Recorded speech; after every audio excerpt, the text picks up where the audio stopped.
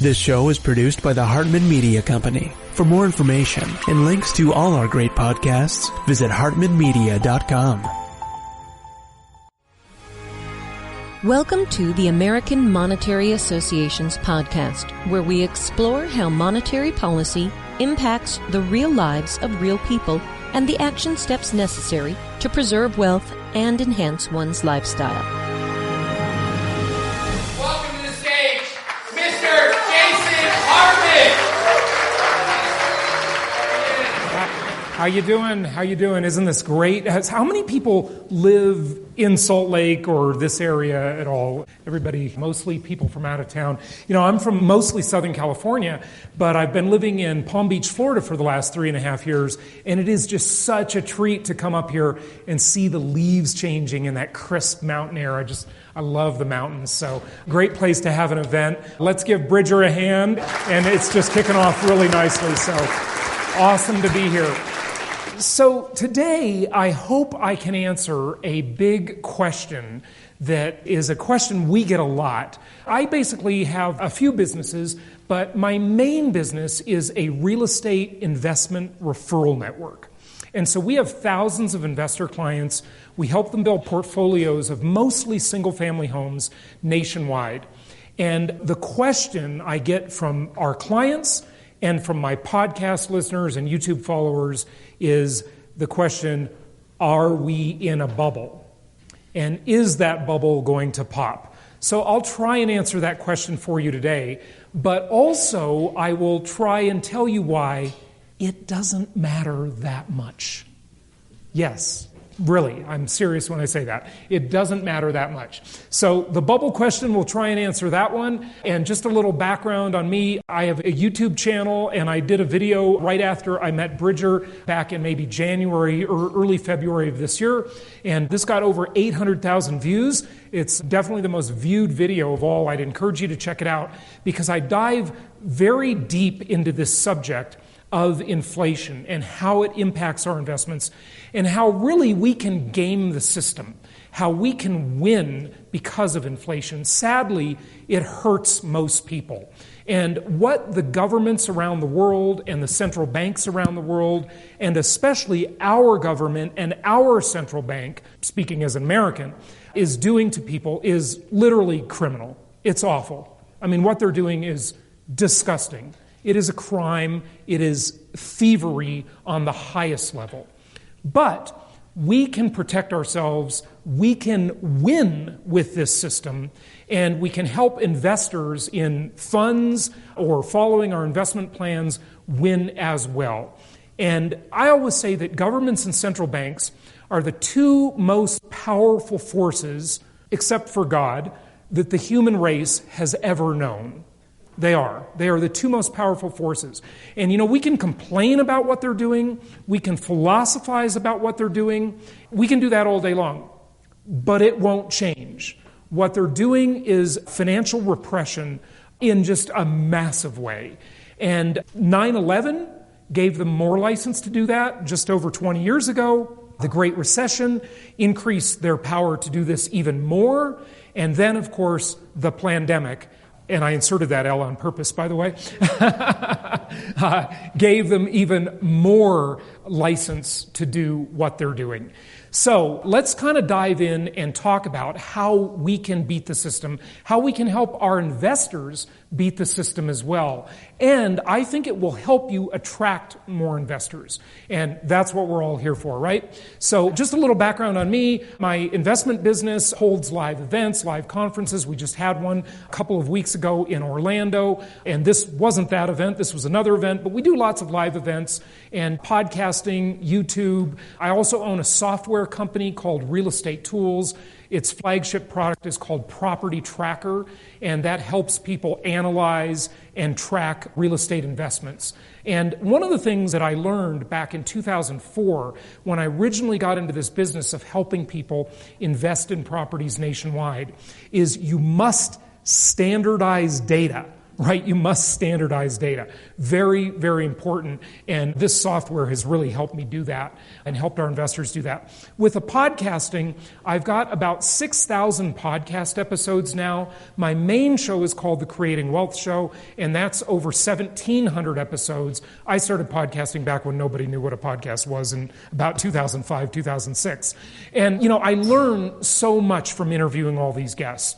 I've had 8 serious presidential candidates on my show, Ben Carson, Pat Buchanan, Steve Forbes, a whole bunch of others. And I just learned so much from talking to these people and interviewing them all day. It's a great source of business, but I tell you, I'd do it for free, just for the education. It's pretty awesome to learn from all these people. When you look at the dollar, and you look at what has happened to the dollar since the Federal Reserve, the U.S.'s third central bank, came into existence back over 100 years ago on Jekyll Island, Georgia, which, by the way, I took a bunch of my mastermind members there for a retreat at the Jekyll Island Resort. And so just like the health care bill, Obamacare, just like the Federal Reserve, just like all of the sneaky, crappy stuff our government does, they formed the Federal Reserve right before Christmas, when nobody was really paying attention. And since then, even though the mandate of the Federal Reserve has been meant to even out bumps in the economy and to keep the dollar strong, what has happened is the complete opposite. The dollar has lost well over 96% of its value since the formation of the Federal Reserve. And, it's not a secret. It's part of what they say publicly, that their goal is to have inflation. They have a target inflation rate of 2% pre-pandemic. But since then, Jerome Powell has just said, we don't care about the 2% target. Whatever it takes is, we're just going to pump so much money into the system, or so many currency units that, the 2% target's out the window. And how many of you think inflation right now is above 5% in real terms? Okay, so I'm talking to the right audience mostly. Now, just out of curiosity, how many people think it's lower than 5%? Okay, so how many people aren't voting? How many people, like the last election, are voting more than once? How many dead people are voting? Yeah, but you can't talk about this on social media. Oh, by the way, so yesterday was my birthday, and I got one of my birthday wishes yesterday. Facebook shut down for about 6 hours. So I thought that was pretty cool. What these social media companies are doing is absolutely disgusting to the level of what the government and the Federal Reserve is doing.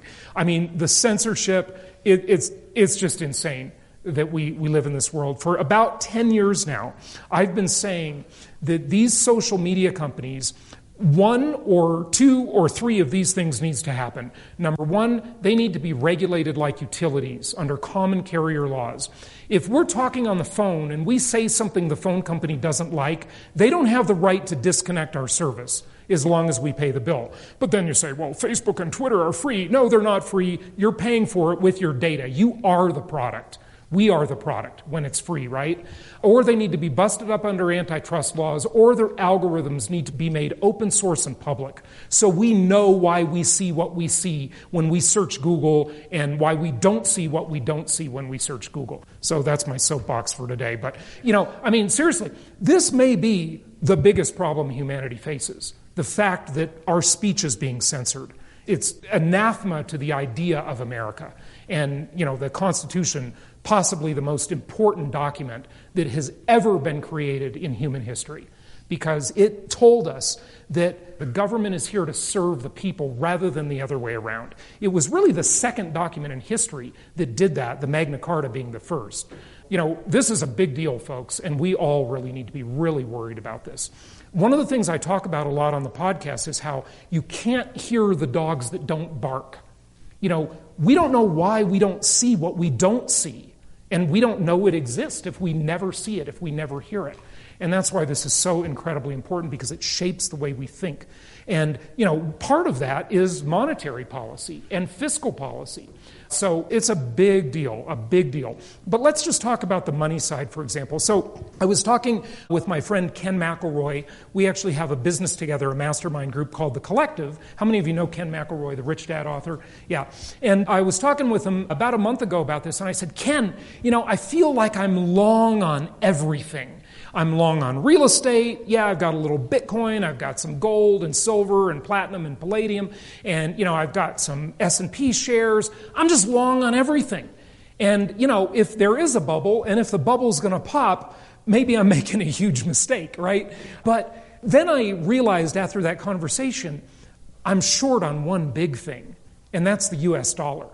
So shorting the dollar is a really, really powerful strategy, because there is no question, in my mind at least, that the long-term macroeconomic view is inflation. Now, granted, there may be bouts of deflation in the short term, but overall, liken it to this.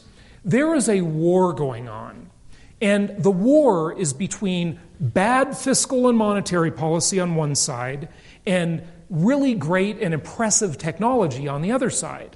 So if it was a boxing match, and you said, in this corner we have bad fiscal and monetary policy, and in this corner we have technology. The bad fiscal and monetary policy is inflationary, the technology is deflationary, right? We'd all agree. Look, my last iPhone cost $1,500, but my first cell phone cost $3,200. Of course, this one does a lot more.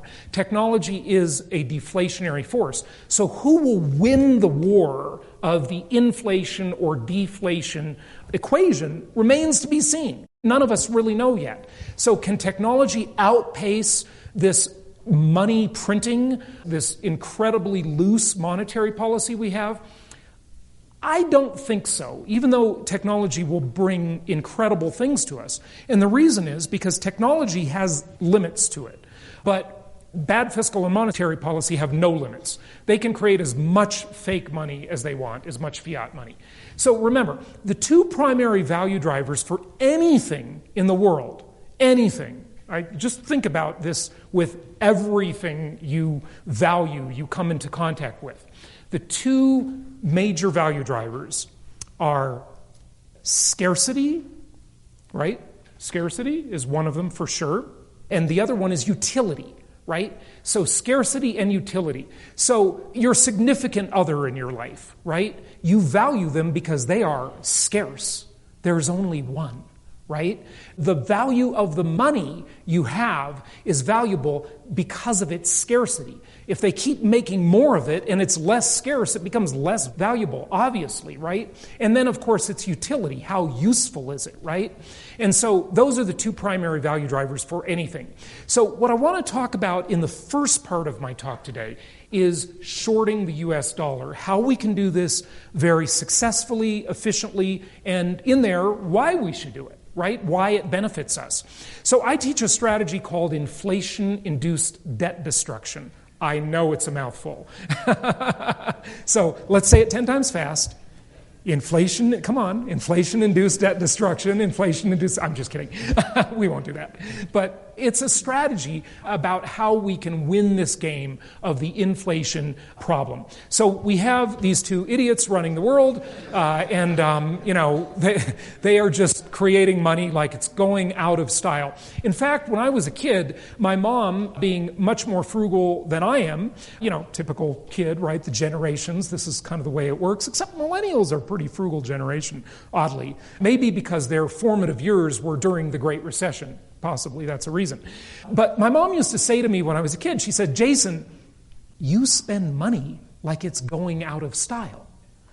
And what I realized when I grew up and started studying economics is that I was actually right, because money is going out of style, okay? In fact, in the idea that it's getting less and less valuable because more and more is created. So the government has put itself in a very tough position. It has huge obligations that it simply cannot mathematically meet. And it's not just the debt it has now, it's not just the deficit that it runs, but it's also the unfunded mandates, the unfunded entitlements that it has promised to all of us and to foreign countries, right? There is no way they can mathematically solve this problem. It is mathematically impossible. Okay, so what do? Well, the first thing they could do is they could simply default and say, hey, look, sorry, we overspent and we can't keep our promises. No Social Security, tough luck. No disability payments. We're going to have to cut back on all kinds of government services. We just overspent. Ronald Reagan, possibly the greatest president in the modern era, if you ask me, but we can argue later. He used to say that the government spends money like a drunken sailor is an insult to drunken sailors, okay? And he was right about that, right? So they could default. They could just say, sorry, no deal, right? But that's very unlikely because it's very politically unpopular. Look at what happened in Greece. Look what's happening all over these socialist European countries. They can't afford it either. And they're just collapsing right in front of us, okay?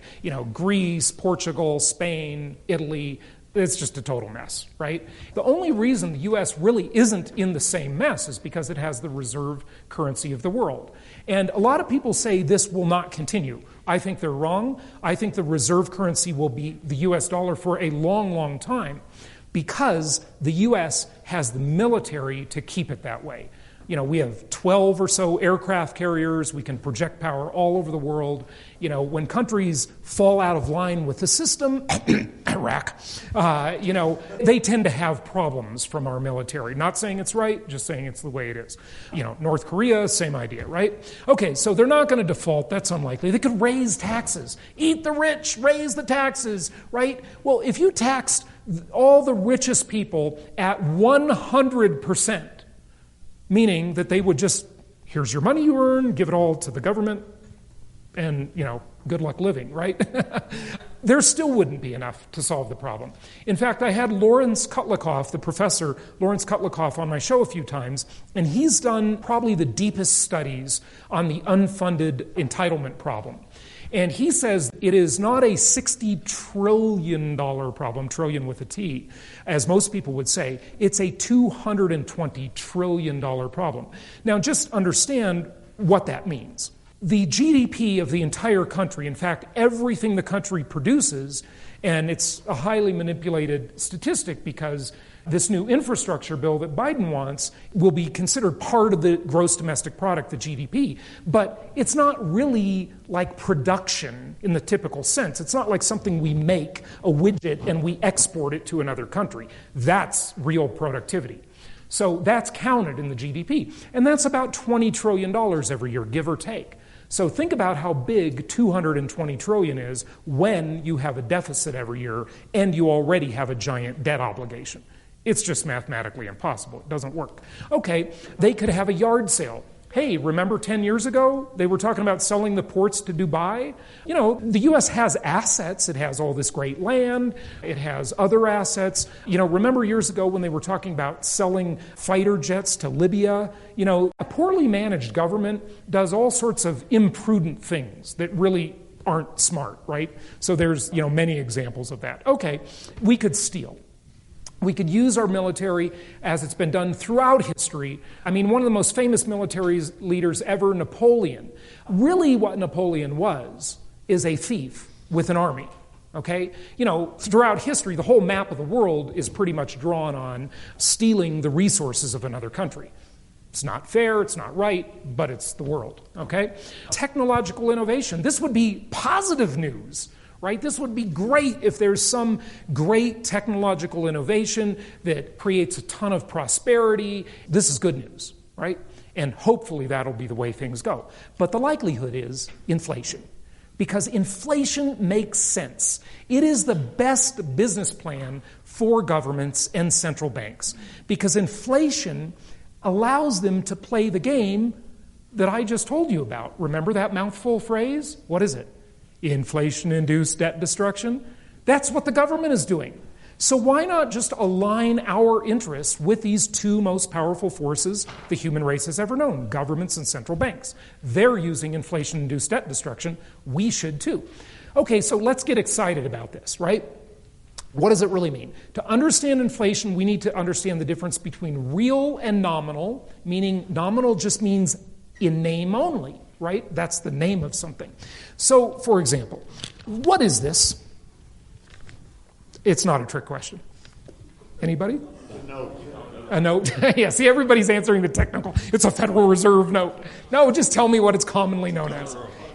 It's a dollar or a buck? Okay, you got it, right? Okay, so that's what it's called today, a dollar or a buck. What was it called in 1970?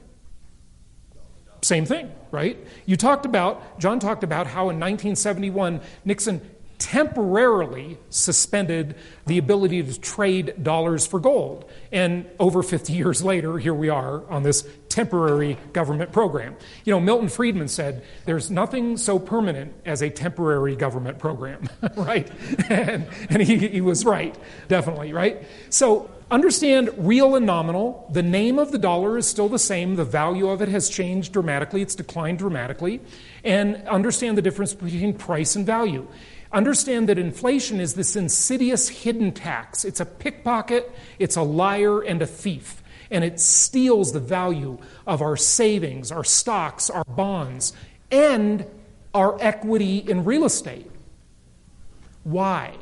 Because even our equity in real estate, although real estate is the most historically proven asset class in the entire world, but our equity is denominated in what? Dollars. Right? It's denominated in dollars. So the value of that equity declines as the value of the dollar declines as well, which is a reason that we don't necessarily want to have big equity. And I'll get to more on that in a moment, okay? So, but thankfully it destroys the value of our debt. Now, I have often said that debt is my favorite four-letter word, okay? Because inflation destroys the value of the debt. Think about this. Say you just get a mortgage on a house. Maybe it's a rental property. And that mortgage is a 30-year mortgage, but the first 10 years are interest only. And say you borrow, $100,000, just for example. And today, you get your mortgage statement, and it says you owe $100,000. And in 2022, you look at another one of your mortgage statements a year later, and it says you owe $100,000.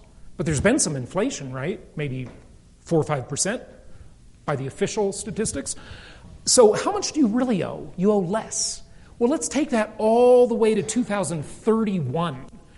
We get our mortgage statement. It still says we owe $100,000.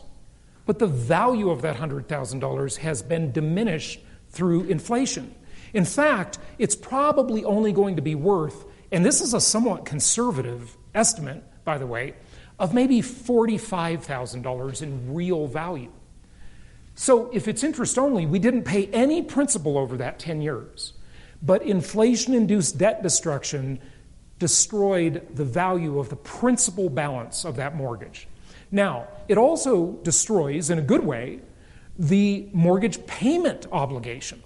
When my mother bought her first house in Los Angeles when I was a kid, I remember her being very, very worried about her mortgage payments. And her mortgage payment on this house, the first house she ever owned, was $416 a month. And she was extremely worried about, how am I going to make the payment?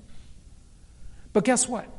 Over the course of time, that payment felt lighter and lighter, and like less of a big deal. 4 years later, in fact, it felt a lot lighter, because inflation had reduced the value of the monthly payment. Even though the amount of the check every month was the same, the value of it was lower. And this is a wonderful thing. So we're going to use this to our advantage. Okay, inflation is the most powerful method of wealth redistribution. On my podcast, I actually interviewed Joe the plumber. Remember him back in 2008? He walked up to Obama when Obama was campaigning and he said, "You're going to redistribute my wealth." And, he was right. Obama did do that, by the way. But that's through taxes. That's what Joe the Plumber was talking about.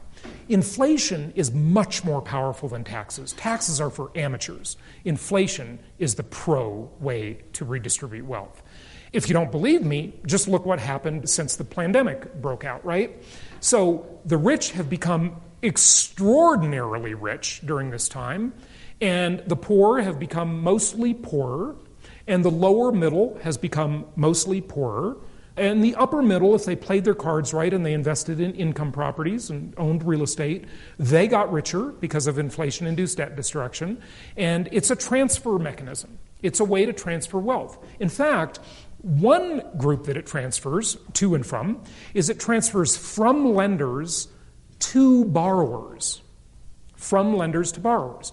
Because you borrow at today's dollars, so you get the dollars at today's value, and you pay them back at tomorrow's lower value. That's a pretty great deal, isn't it? It's like putting something on layaway. Remember when they used to have layaway before credit cards were popular? That was before my time, actually. But, this concept was that, the parent would go into a store, they want to buy a present for their kids, they put it on a Christmas layaway, right? It would be like putting something on layaway and then coming in to pick it up before Christmas for your kid, and it's on sale. It actually got cheaper, right? And that's a pretty great deal. So it transfers wealth from lenders to borrowers, but also from old people to young people. Now, most people think that the transfer of wealth between the generations is through inheritance. And that's true. That is one way. But there's a way that it happens while everybody's still alive, through inflation. Why is that? Well, because most young people have debts. And most older people, hopefully, have assets. They have savings, stocks, bonds, and equity in real estate. And guess what? The savings, stocks, bonds, and equity in real estate get diminished through inflation, and so does the debt. So the debt of the young people actually gets repaid. It's an intergenerational wealth transfer without anybody dying or inheriting. So it's a pretty amazing mechanism, really. Now, one of the things I always say is that when the government is broke, it becomes predatory against its citizens. And sadly, this is true. It's one of the reasons I left California, because I noticed my former home state that I lived in most of my life, the Socialist Republic of California, became very predatory. I remember one time when I just had it. I was just so done. I had several offices back when we used to have offices. We're a virtual company since 2012. We used to have big offices, expensive offices. And I remember one day we moved into a new office in Irvine, California. And some inspector came in, a government bureaucrat. And, I had real estate agents. And real estate agents are never in the office, right? It's common for them to share an office, right? And in this little office we had, there were 2 desks in one office. And the inspector comes in and says, "Oh, wait, in this office, because you have 2 desks, which nobody's even ever at the 2 desks, much less 1 desk, you have to put a strobe light and a fire alarm in here, and it'll be $2,700. And if you don't do it, we're going to fine you." And I'm like, this state has become so predatory against the citizens, I'm just done. So I left California and moved to Arizona. But this is what happens, right? And one of the ways they're becoming predatory is through inflation and financial repression. So let's take a look at a real-life example. In 1972, that dollar was worth $1. Okay, that's fine. No inflation happened yet in 1972. We're talking about the same time period. But by 1984, which, by the way, how many of you read the book by George Orwell? It's all happening. It's all coming true. Read the book again. Okay, you got to read 1984, the book, and Fahrenheit 451, and Atlas Shrugged, and Brave New World. That would be another good one, because it's all coming true, sadly, okay? And we need to be aware of it. By 1984, that dollar was only worth 40 cents, okay? So the value of the dollar had declined. It lost 60% of its value in 12 short years. And this is, we were off the gold standard by then, right? By 2001, it was worth 24 cents. So if someone got a 30-year mortgage, a 30-year fixed-rate mortgage, they saw a lot of inflation-induced debt destruction. This is not a theory. It happened to tens of millions of people, and maybe around the world, hundreds of millions of people, but tens of millions just in the U.S. They saw the value of their debts massively decline. So, in 1972, you would borrow on a mortgage at 7.37%. That was the interest rate back then. Makes you realize how incredibly cheap mortgage rates are now. Money is super cheap right now. Negative interest rates, and that's a way we can all win by using leverage in a fund, on our other investments, and so forth. So these people borrowed, millions of people borrowed, got mortgages at 7.37%. But after inflation, over that 3-decade process, the real rate they were paying was 1.06%. Isn't that incredible? Say, that's incredible, right? Okay, yeah, that's incredible. Okay, but remember, mortgage interest is tax deductible. So at the typical tax rate, of course everybody's tax rate's different, I get it, but the typical tax rate, after inflation and after tax benefits on an owner-occupied home, they got paid to borrow. They were paying, or getting paid, negative 1.16%. Isn't that amazing? This happened to millions of people, and that's why homeowners got so rich and others got left behind, right? Because they just simply got inflation-induced debt destruction. They got to live in a house for 3 decades for free, and they actually got paid, right? So not free, got paid to live there. So huge benefit. So here's the example. Typical mortgage size, just over $14,000. In nominal dollars, the name of them, they repaid about $36,000. In real dollars, they only repaid $16,300. And after tax real dollars, $12,000. So you see the negative interest rates there. But today, it's dramatically better than that. Okay, let's talk about part 2. And let's see, how's my time doing? Okay, I got another 2 hours. Okay, fine. Right, Bridger? 2 more hours. So let's talk about measuring sticks. Now, why do I say that? Here's the reason. Let's go back to that, what we started with at the beginning, the bubble question. Are we in a bubble, right? Who thinks we're in a bubble? Asset prices are just too high. They've called it the everything bubble, right? Come on, raise your hand. Right, okay. Who doesn't think we're in a bubble? Yeah, who's not voting? Oh, there we go again. How many people are married? How many are single? How many aren't sure? No, people just aren't voting. Okay, so here's the problem with this bubble question, is that people are using only one measuring stick, and that is a huge mistake. And the measuring stick they're using is the dollar. Why would you only compare things to one thing to try and determine the value of something? You know, look, even if you shop for something expensive or you need a quote for something, say you need a new roof on your house, hopefully you're going to get 3 quotes, right? You're going to at least compare it to 3 things. But with real estate prices and other asset prices, we just compare it to one thing, the dollar. But the dollar is a moving target. The dollar's worth is changing constantly. It is a huge flaw that could lead to big mistakes to only use the dollar as a measuring stick. Okay, let's talk about real estate specifically.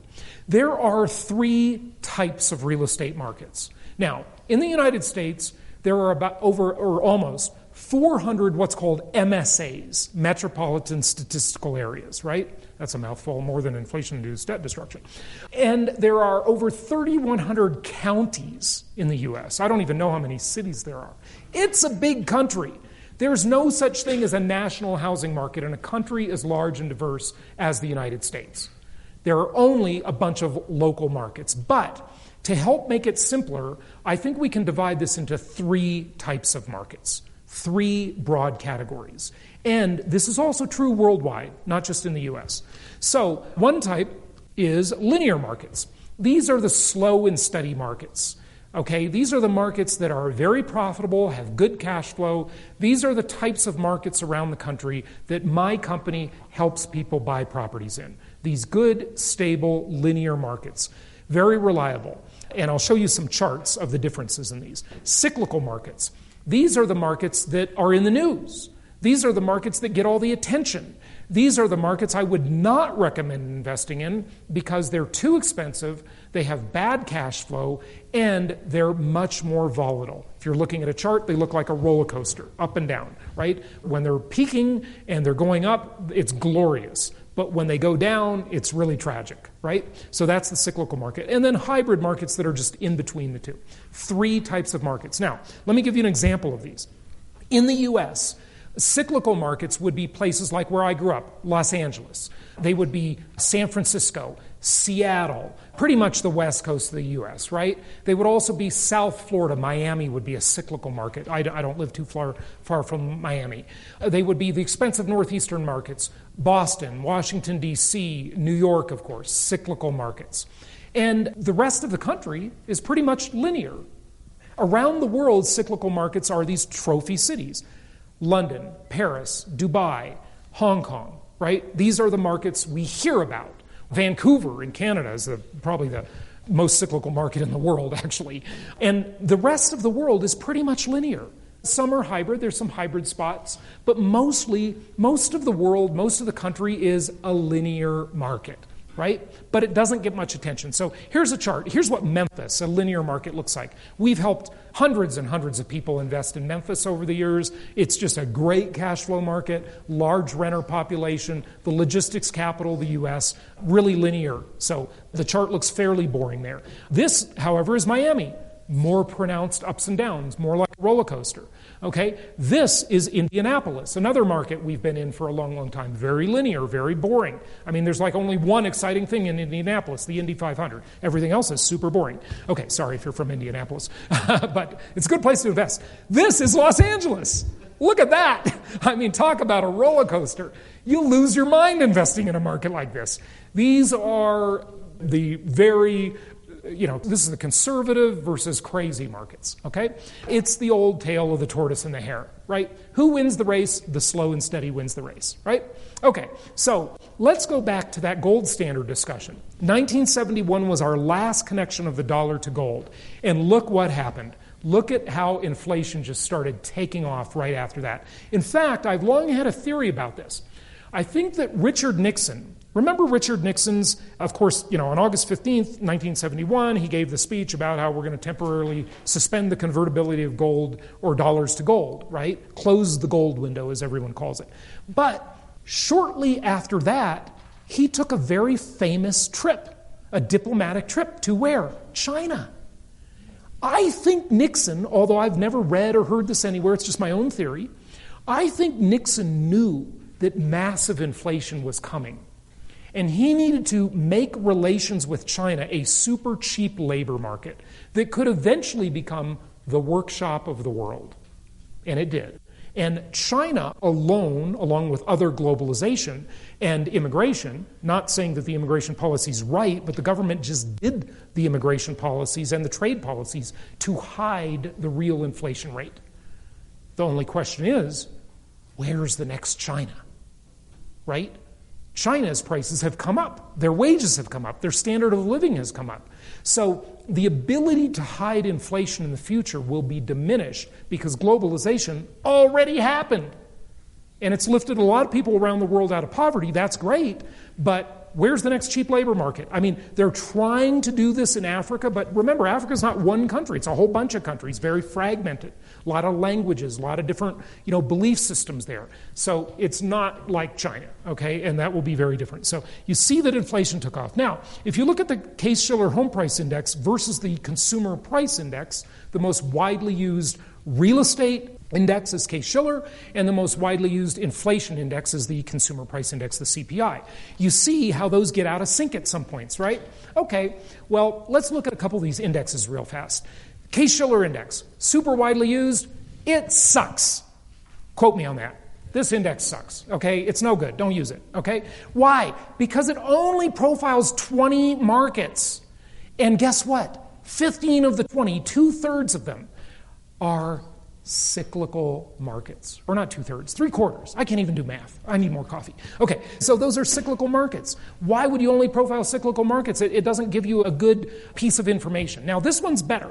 This one's published by NAR, the National Association of Realtors, the Housing Affordability Index. I like this one because what it basically does is takes the median mortgage payment and compares it to the median income. And it tells you in an area how many people can afford a house. That's pretty good. But guess what? It has some flaws. It doesn't include foreign money coming into a market. So, for example, when I owned my traditional real estate company years ago, back in Southern California, I eventually sold that to Coldwell Banker. We had all of this foreign money just pouring into the market, a lot of Chinese money, Middle Eastern money, etc. And the Housing Affordability Index doesn't even see that. It's totally blind to it.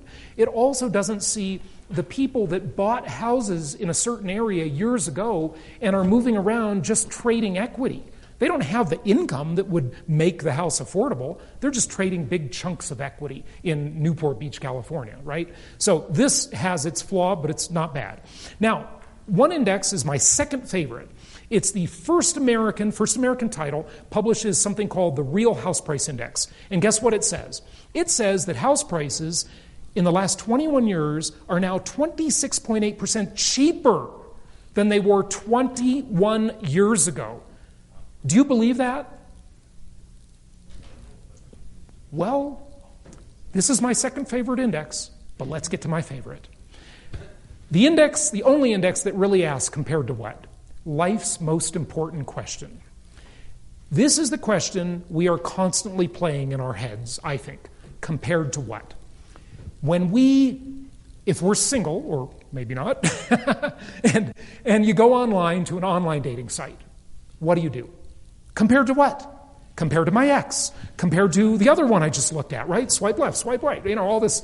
It's really weird world we live in, right? But we are comparing. Human beings compare. This is what we do all day. How do you know if the food is good? Well, you're going to compare it to another meal you had to know if it's better or worse, right? How do you know if you're rich or poor? Because you look around and you see everybody else and you say, compared to what? This is life's biggest question, compared to what? So I created an index that basically does this. It answers the question, is it cheap or is it expensive? And it is called the Hartman Comparison Index. Now, as I started developing this index that I hope will become a really, used thing in the media and so forth, it is comparing things, right? So let's just look and try to answer if real estate's cheap or expensive by using the index. Okay, let's look at gold. Now, I'm not a fan of gold. I'm not a gold bug. But gold has been considered money for 5,000 years. You cannot deny that it is a measuring stick other than the dollar. They say that 5,000 years ago, you could have bought the equivalent of a man's toga and a pair of sandals. Today, you can buy a man's suit and a pair of shoes, right? It's like the same thing, right? It's very consistent with its value. So in 1970, the median house price was just over $22,000. Follow where my mouse cursor is. Gold was $35. We were still on the gold standard, so that was a government price, basically. And it cost you 646 ounces of gold to buy the median price house. You needed a decent-sized suitcase to carry all that gold into the closing table to buy the house. Okay, fair enough. 10 years later, by 1980, in dollars, the house price had tripled. It was $66,000, yet you could fit the gold in a much smaller briefcase, because it only cost 102 ounces of gold 10 years later to buy a house that everyone thought was more expensive because they were measuring it only in one thing, dollars. Mistake. And I'll show you a lot of other reasons it's a mistake. So let's look at today. Today, as of last month, the median house price is $380,000, and it will cost you 212 ounces of gold to buy that house that everybody thinks is so expensive. Okay, it's more expensive than it was in 1980, but it's cheaper than it was, in June it was a little cheaper, but it's cheaper than it was pretty much everywhere else except 1980, right? In fact, compared to 51 years ago, it's 1/3 the price, approximately. So the question I want you to answer is, priced in gold, Is housing cheap or expensive? Cheaper. Okay, we established that. It's cheaper.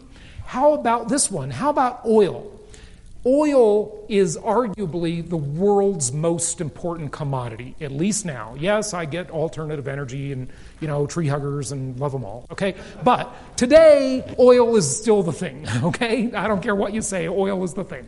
So in 1970, when oil was $3 a barrel, you would have had to pull up to the title company with multiple trucks of barrels of oil with 6,700 barrels of oil to buy a house.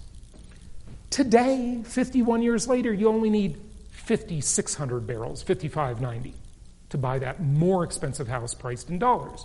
So priced in oil, is it cheap or expensive? Cheaper. It's not super cheap, but it's cheaper, right? Okay. Well, what about rice? Rice is the commodity that is basically the food supply for 2/3 of the human race. Priced in rice, a very important commodity that is food to 2/3 of the world, in 1970, you would need 43,000 units of hundredweight rice. Today, you only need 27,000 units as of June. M6 means month 6, okay? So this one's not updated to September. But 27,000, okay? So it's not the cheapest it's been. In 1990, housing was the cheapest priced in rice, but priced in dollars, it was, double what it was 10 years earlier. So you can just see the progression here, right? But today it is cheaper. Now, here's one for you. How about the S&P 500? This is a good gauge for how the economy is doing, right? The S&P 500 index, great index. So in 1970, it would take 243 shares of the S&P to buy the median price house. As of June of this year, it only takes 80 shares of the S&P to buy the median price house. So just think about this for a minute. In these other commodities that are in the index, if someone is saving, just picture like a young couple saving for their first house, and they think it's probably going to take 10 years to save.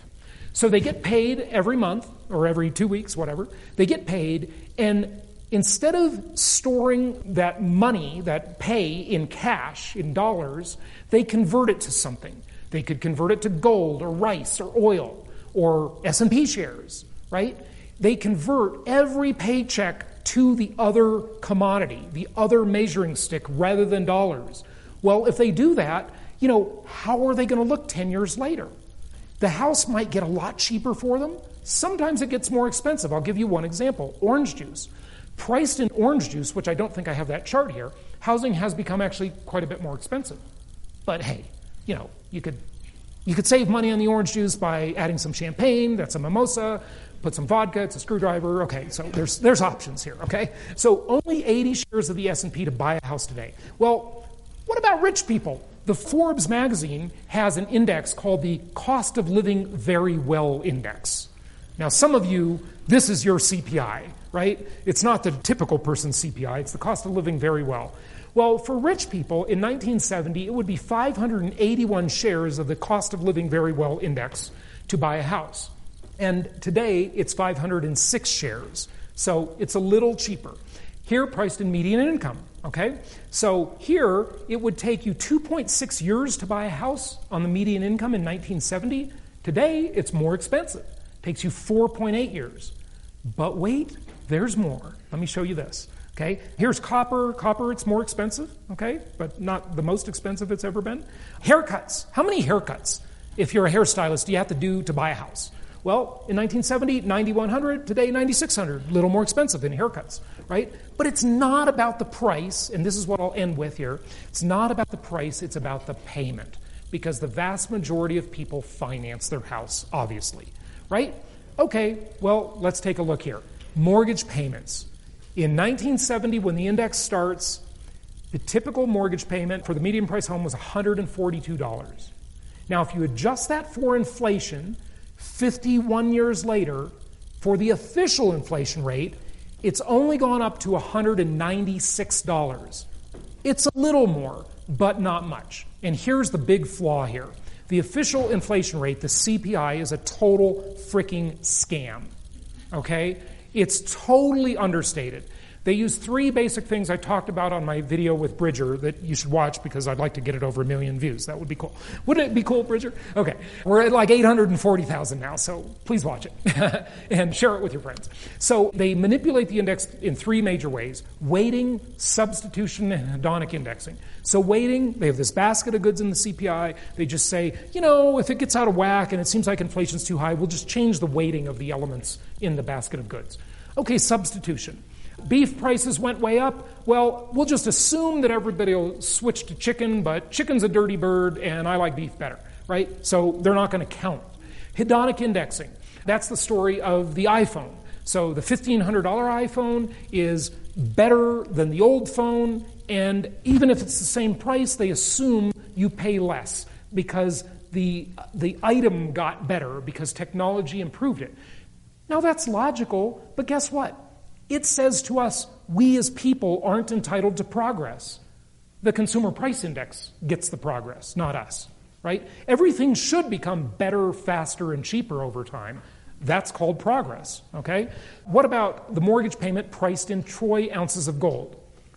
4.1 in 1970, 0.9 in 1980, 2.1 in 1990, but today it's cheaper than it's ever been to make your mortgage payment in gold.